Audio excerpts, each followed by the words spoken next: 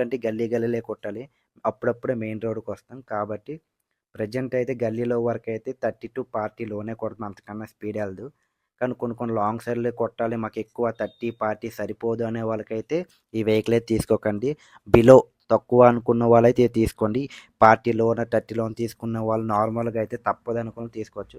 ఫైనల్గా అయితే మనమైతే లొకేషన్కి వచ్చాం. వన్స్ లొకేషన్కి వచ్చాక మనమైతే కస్టమర్కి ఒకసారి కాల్ బ్యాక్ చేయాలి. లేదా ఇక్కడికి వచ్చామని మార్క్ 11 అని ఉంటుంది. మార్క్ 11 క్లిక్ చేస్తే వాళ్ళకైతే ఒక నోటిఫికేషన్ వస్తుంది. మనం చూడండి, ఇక్కడ మార్క్ 11 కొడితే వాళ్ళకి ఒక నోటిఫికేషన్ వెళ్తుంది. ఓకే, వాళ్ళు థర్డ్ ఫ్లోర్ రమ్మన్నారు, నేనైతే ఇప్పుడు థర్డ్ ఫ్లోర్ వెళ్తున్నా. మనకి చాలా దగ్గరలో కొన్నిసార్లు లిఫ్ట్స్ ఉండవు. కాబట్టి 3వ ఫ్లోర్లు 4వ ఫ్లోర్లు అయినా ఎక్కిసి వెళ్ళి వాళ్ళకి డోర్ డెలివరీ చేయాలి. కొన్నిసార్లు 3 4 5 కూడా ఉంటాయి కొన్ని దగ్గర. అలాంటప్పుడు కొంచెం ఇబ్బంది.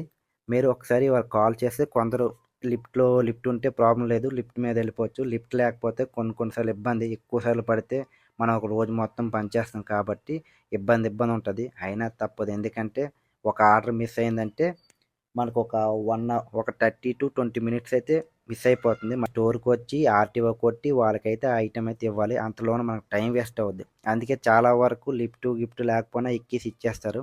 అది ఇవ్వాలి మనది. ఒక ఫైనల్గా అయితే నేనైతే లొకేషన్కి అయితే రీచ్ అయ్యాను.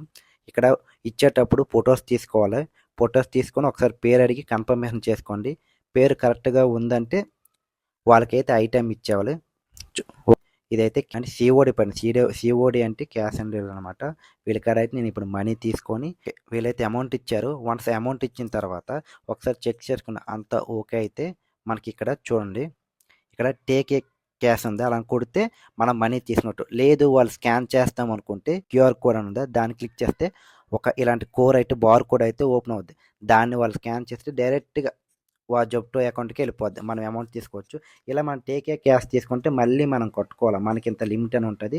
ఆ లిమిట్ బట్టి అయితే అమౌంట్ కట్టుకోవాల్సి వస్తుంది. ఓకే, డన్, కంప్లీట్ అయిపోయింది. ఇప్పుడైతే మనమైతే రిటర్న్ అయితే స్టోర్కి వెళ్ళిపోవాలి.